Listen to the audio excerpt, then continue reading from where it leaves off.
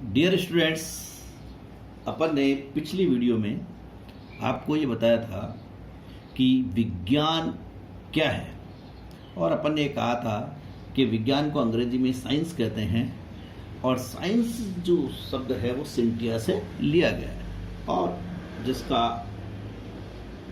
अर्थ होता है जानना, टू नो। और फिर अपन ने कहा था कि विज्ञान की बहुत सारी शाखाएं होती है और उनमें से आज अपन एक शाखा जो बहुत ही महत्वपूर्ण शाखा है, भौतिकी, उसके बारे में मैं आपको बताऊंगा। भौतिकी को अंग्रेजी में फिजिक्स कहते हैं। क्या कहते हैं मैंने उसको? फिजिक्स। यानी भौतिकी जो शब्द है इसको इंग्लिश में क्या कहते हैं? Physics, PHYSICS। वास्तव में ये जो फिजिक्स शब्द है ये ग्रीक शब्द होता है फुजिस, FUSIS से लिया गया। और फुजिस का अगर अपन अर्थ देखते हैं तो इसका अर्थ होता है नेचर। यानी क्या है? इस फुजिस का अर्थ क्या होता है? नेचर।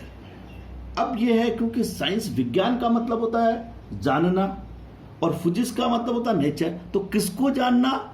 यानी नेचर को हिंदी में क्या कहेंगे? प्रकृति। तो प्रकृति को जानना, यानी प्रकृति को जानने के लिए अपन जिस विज्ञान की शाखा का उपयोग करेंगे वो कौन सी विज्ञान होगी? अपनी भौतिकी, यानी भौतिक विज्ञान। अब भौतिक विज्ञान, ये जो भौतिकी शब्द है ये देख रहे हैं आप, ये संस्कृत से लिया गया है। यानी संस्कृत शब्द किसका है? भौतिकी का है।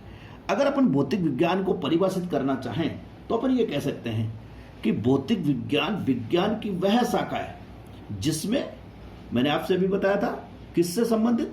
नेचर, प्रकृति को जानना। तो प्रकृति और प्राकृतिक, ध्यान रखिए बच्चों, नेचर एंड नेचुरल दो चीजें हैं। एक होता है नेचर, एक क्या है? नेचुरल।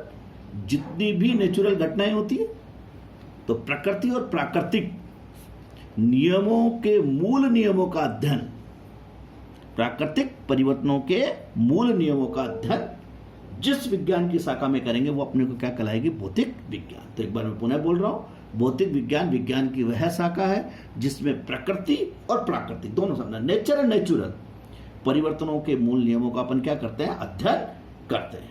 इसको अपन क्या कहते हैं? भौतिक विज्ञान।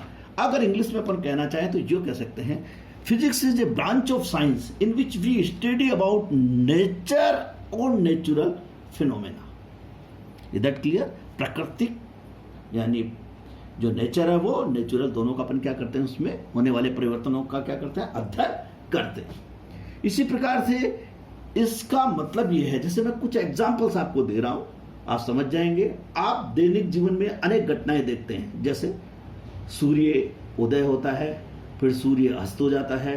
अच्छा, आपने देखा होगा बादलों का बनना है, वर्षा का होना है, आंधी का चलना है, चंद्र ग्रहण तथा सूर्य ग्रहण का होना। दैनिक जीवन में होने वाली प्रत्येक घटना के विषय में जानने के लिए जिज्ञासु प्रवृत्ति का होना आवश्यक है। यानी ये सब घटनाएं अपने को क्या करती है? जिज्ञासा उत्पन्न करती है कि अचानक आप देखते हैं पहले बदल से आ जाते हैं, अंधेरा हो जाता है, फिर बारिश हो जाती है, सुबह सूर्य उदय होता है, शाम को सूर्य अस्त हो जाता है। इस प्रकार की घटनाएं, ये सब किस प्रकार की घटना है? प्राकृतिक घटनाएं हैं। और प्राकृतिक घटनाओं को, इनको समझने के लिए अपन जिस विज्ञान की शाखा का उपयोग करते हैं वो कौन सा है? भौतिक विज्ञान।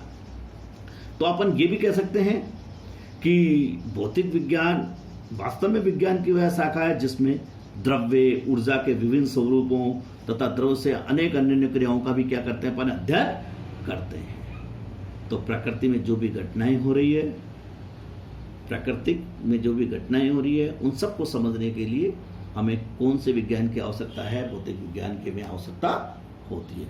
तो मित्रों, इस वीडियो को आप बार बार चलाएं, समझें, देखें और नेक्स्ट वीडियो में अपन फिर इससे अगली बात लेकर उपस्थित होते हैं। Thank you.